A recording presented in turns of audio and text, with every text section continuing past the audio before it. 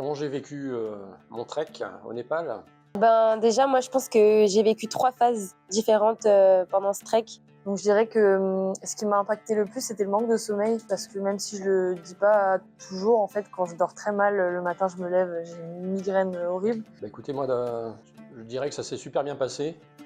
J'ai vécu cette expérience de manière extrêmement intense, alors pour plusieurs raisons. D'une part, je pense que j'étais bien préparé. Puis en général, je fais toujours attention à ma santé physique et mentale, donc c'est un entretien quotidien. Il y a la première phase, c'est vraiment la souffrance et l'humilité que ça va engendrer, parce que c'est super dur. Ce qu'on s'est dit souvent aussi pendant ce trek, c'est qu'on est des gens ordinaires qui faisons des choses extraordinaires. Et pour le coup, moi, comme je vous le disais au début, j'ai pas été préparée physiquement du tout. Donc c'est vrai que ça a été plus dur physiquement. J'appréhendais énormément le passage aux 4000 mètres avec l'altitude, parce que j'ai toujours aussi un problème un peu de respiration, j'ai du mal à respirer par le nez et je pensais que ça me porterait préjudice sur ce passage-là aux 4000 mètres.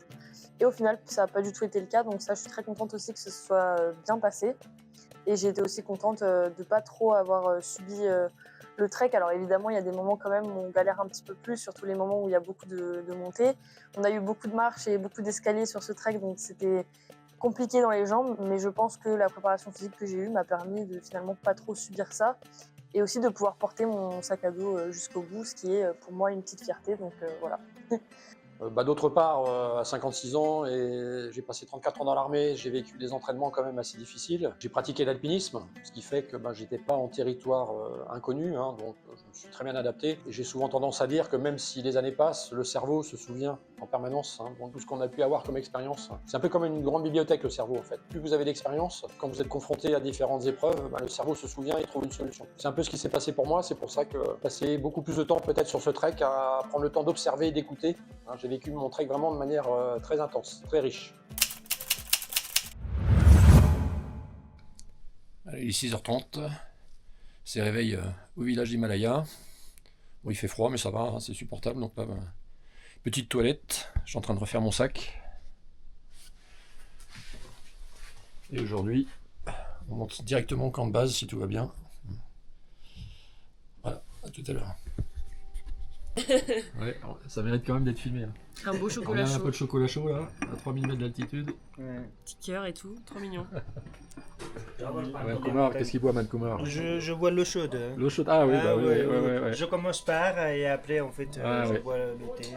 Et moi je suis toujours au masalaté. Donc là qu'est-ce qu'on a là déjà? Des œufs, du pain typique. Et on a pris un petit porridge ce matin pour bien se remplir l'estomac. Parce que là on va attaquer la haute montagne.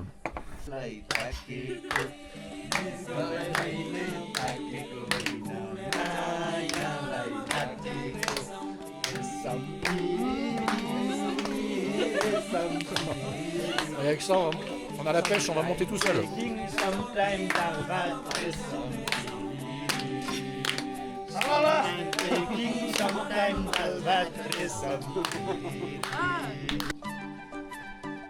Alors on est presque prêt à partir, là les sacs sont faits.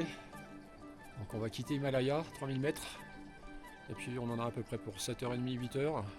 On monte directement au camp de base des Annapurna. Mankumar nous trouve en forme.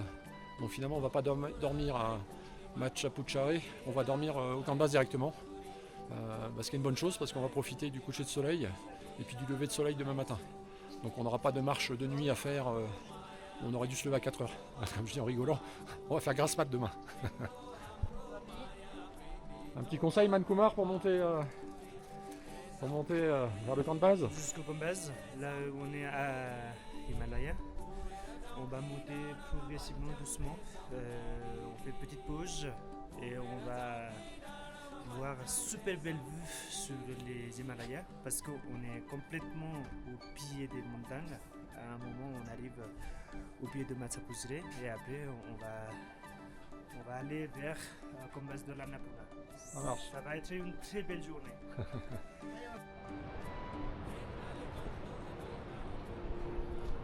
Regardez les planches là, il y a les traces de gel, l'eau est bien gelée. Voilà, on a encore des escaliers. Donc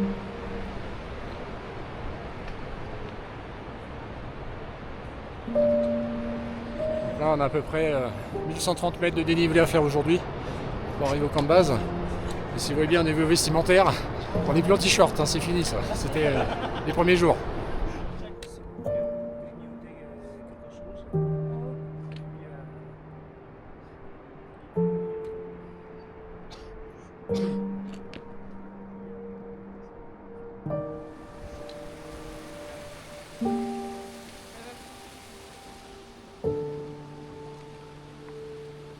Ah, Ça va, ça va. c'est joli. C'est joli, hein.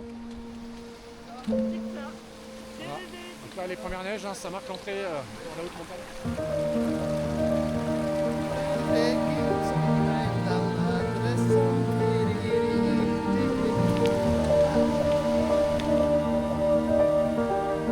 On a 3200 mètres.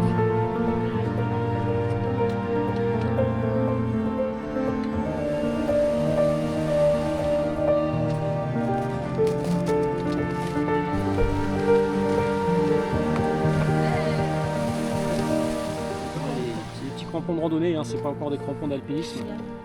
Voilà. Et ça permet de marcher sur les sentiers verglacés en toute sécurité.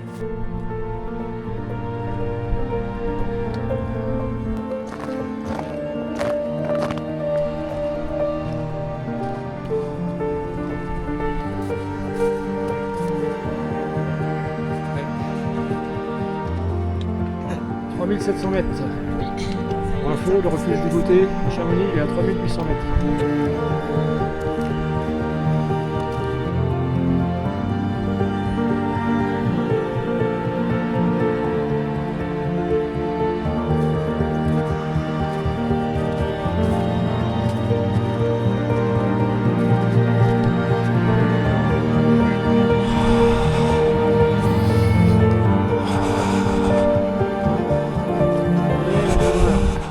On y est, bravo, hein. On y est. Super. Voilà. Congratulations. 17h35. You are reaching this magnificent destination. Welcome to Annapurna Base Camp. Yes. Bravo à vous. Le 2 février à 17h35. Ouais, ça y est.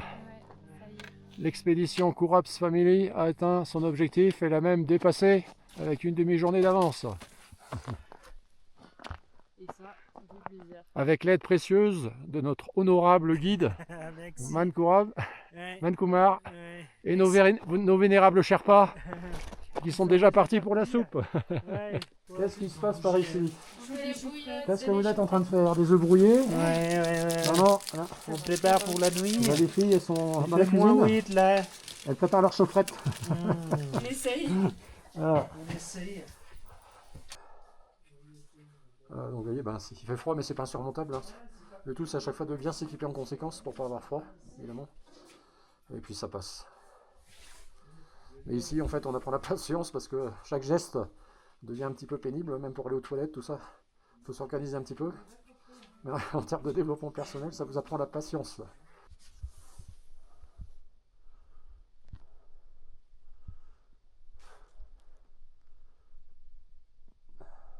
Voilà, vous voyez, Mazarine qui est dans la salle de bain. Bon, c'est dehors, hein, il doit faire moins 15. Elle va se brosser les dents, donc elle a mis sa gourde d'eau parce qu'il n'y a plus d'eau là au robinet. Là, juste à côté, vous avez les toilettes, grand luxe. Donc c'est toujours très propre ici. Le seul problème, c'est que c'est verglacé. Donc si vous ne faites pas attention, vous vous retrouvez des cas de fer en l'air, tout simplement. Voilà, on est dans la chambre ce soir, là, au base camp. Hein. Donc on est à l'abri, mais c'est pas chauffé. Donc il fait froid, mais c'est pas grave. Vous voyez, j'ai préparé mon lit. Il n'y a plus d'électricité là, donc j'ai ma lampe frontale. Puis je prépare mes affaires, bien équipé pour cette nuit, ça va bien, ça va le faire. Il faut juste penser à haute altitude, comme ça, si ça gèle, à protéger ses appareils électroniques et puis tout ce qui est haut. Donc je vais mettre tout ça dans mon duvet ce soir hein, pour bien dormir. Voilà. Je vous souhaite une bonne nuit, des nuits comme ça on s'en souvient longtemps parce que ça n'arrive pas souvent. À part ça, tout à l'heure.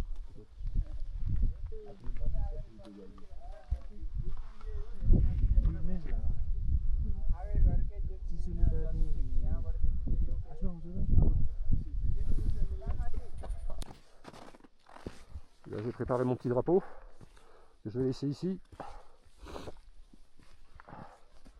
Ça va marquer notre passage. Puis on a écrit vos prénoms. Hein, c'est comme si vous étiez avec nous. Je vous explique, on est comme base de l'Annapurna, 4130 mètres. D'ici, je vous explique ce qu'on voit. Juste là, le sommet, c'est Himtsuli, 6100 mètres. Après, à gauche, on voit l'Annapurna Sud. Et dans les nuages. Oui, avec le nuage, 7219 mètres. Et là, malheureusement, on ne voit pas le sommet aujourd'hui, c'est massif. C'est l'Annapurna premier, c'est 8091. Après, on voit de ce côté Shingatsuli, l'autre aussi, autour de 7000 mètres.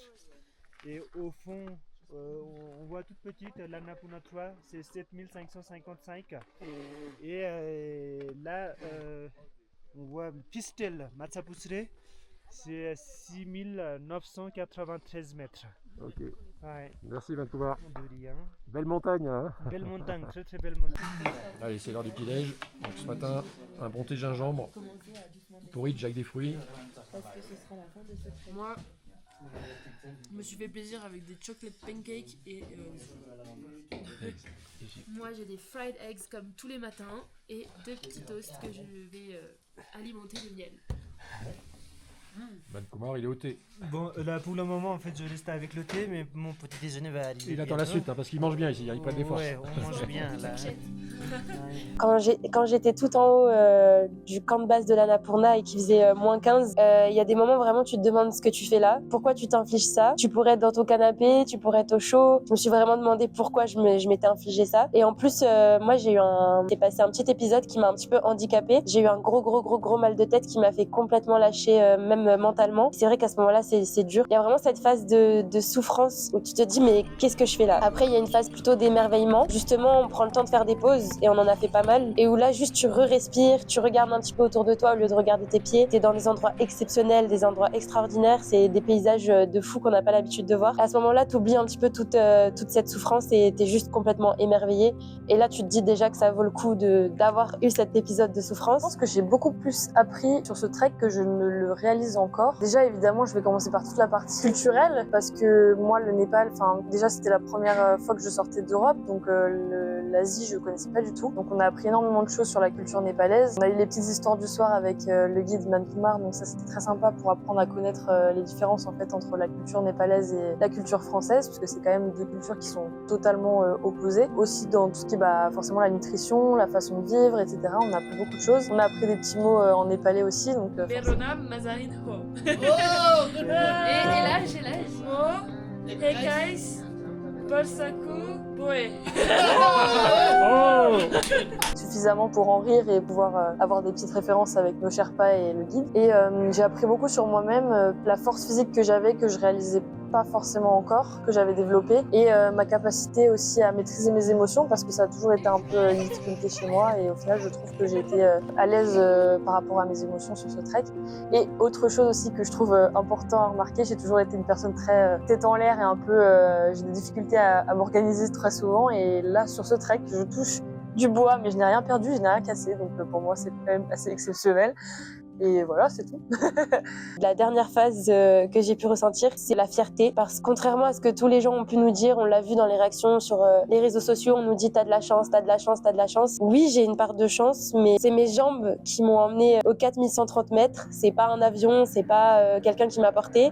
J'y suis allée avec mes jambes. À ce moment-là, t'es fier de pouvoir voir ce paysage avec tes yeux, mais de l'avoir fait avec tes jambes et avec ta tête surtout. Vraiment un moment de fierté. J'ai la confirmation que oui, la préparation physique, elle compte énormément et je pense qu'elle te permet de moins subir l'expérience. Mais le mental, il joue énormément et je l'ai vu parce que le nombre de fois où je me suis dit j'en peux plus, j'en peux plus, j'en peux plus, je me le répétais dans ma tête, mais ton corps, il peut 3000 fois plus que ce que ta tête te dit. Et même si tu te dis que t'en peux plus, ton corps, il continue en fait. Donc le mental, il compte beaucoup et à ce moment-là, j'essayais aussi de changer les pensées négatives que je pouvais avoir et de me dire non, c'est pas vrai, t'en peux pas plus. T'es capable, t'es capable, t'es capable. Et à force de te le répéter, tu te robotises et tu vas au bout, en fait. Donc, je trouve que le mental, il joue énormément et c'est plus une confirmation de ce que je pensais déjà que ce trek m'a apporté. Et je dirais aussi la solidarité, parce que c'est un combat que tu mènes tout seul, mais on était quand même 6 sur ce trek et on voit bien que le fait d'être en groupe, de se soutenir, de faire des pauses ensemble, d'en parler, etc. Ça t'aide aussi à garder le rythme et à continuer d'y aller. Moi, par exemple, des fois, Man Kumar, il nous laissait pas le temps de trop nous arrêter et je me disais, mais pourquoi on est pressé, on n'est pas pressé? Au final, tu vois sur la fin qu'il a parfaitement géré le rythme du trek et je suis trop reconnaissante qu'il l'ait fait comme ça parce qu'on n'a rien loupé.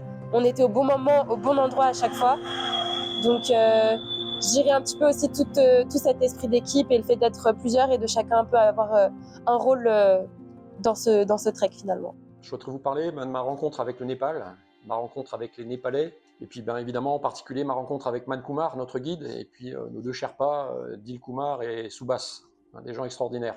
Alors déjà, le Népal, c'est un pays qui est magnifique, avec des paysages hallucinants, luxuriants, verts, jusqu'à la haute montagne, avec ses neiges éternelles et ses glaciers. Donc c'est assez impressionnant. Les Népalais, ce sont des gens assez extraordinaires, des gens très résilients, très courageux, très travailleurs. Je dirais aussi que ce sont des gens généreux et très lumineux. La vie n'est pas facile, chaque acte de la vie quotidienne est un combat, l'avenir est incertain.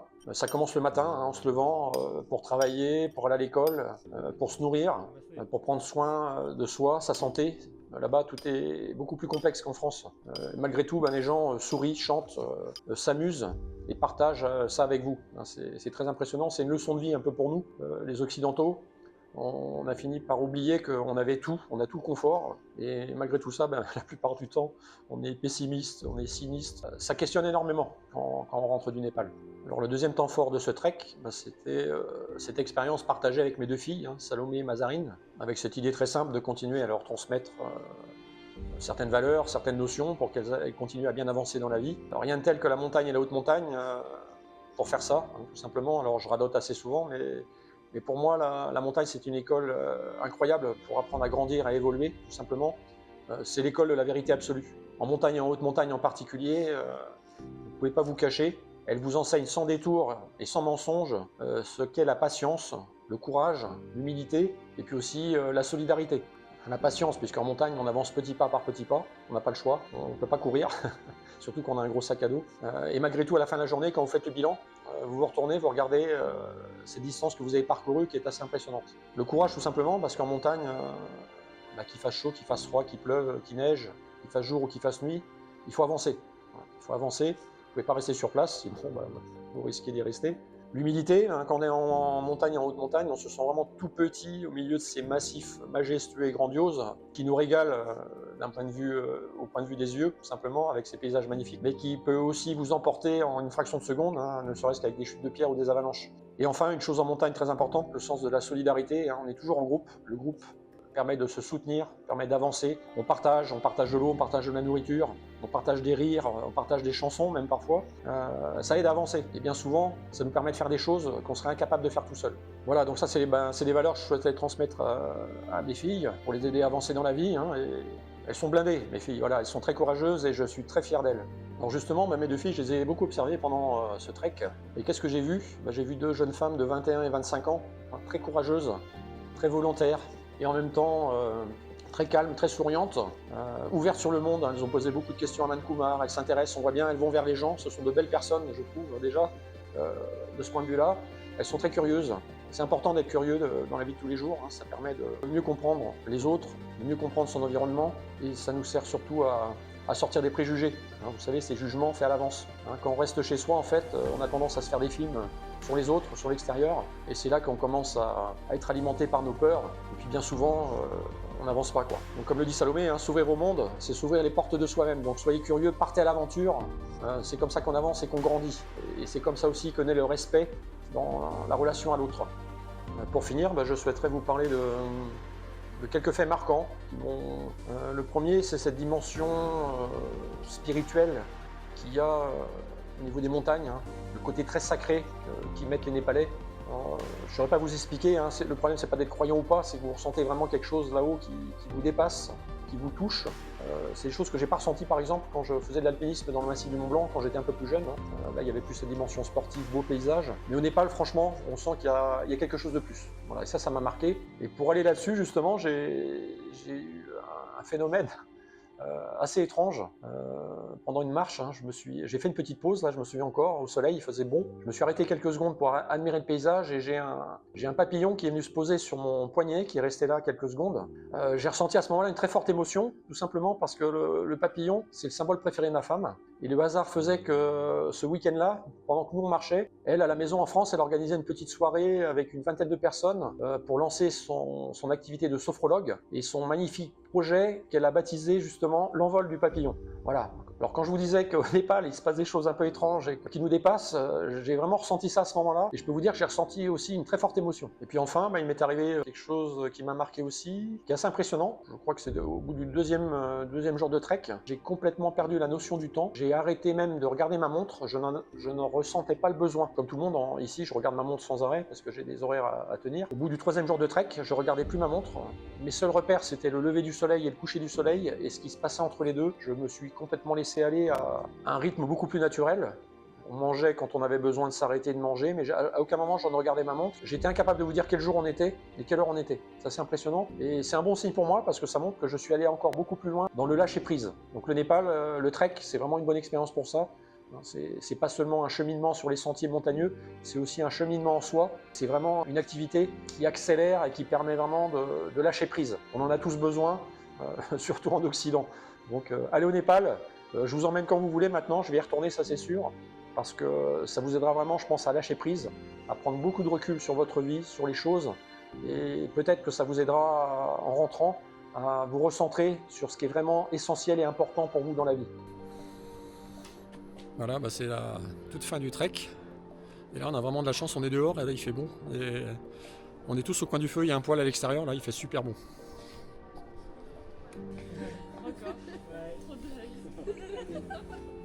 Merci beaucoup. Merci. Thank you so much. Good guy.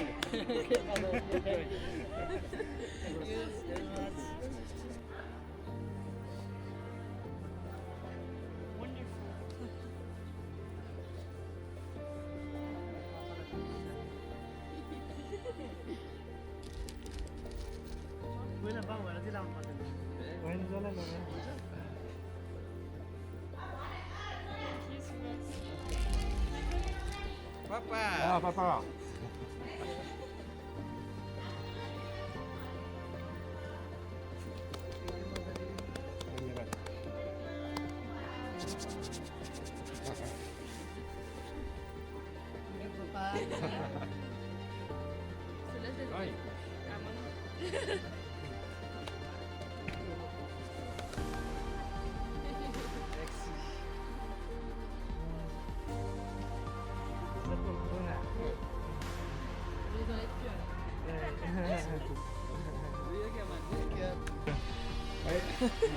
Merci beaucoup à toi. Un super guide. De passer un moment exceptionnel.